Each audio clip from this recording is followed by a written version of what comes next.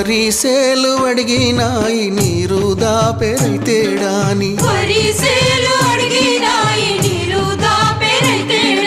పత్తి సేలు అడిగినాయి నెత్తురు జల్లెరైతేడాని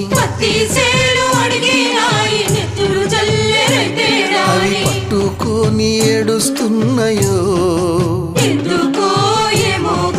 తుల్లి తుల్లి ఏడుస్తున్నాయో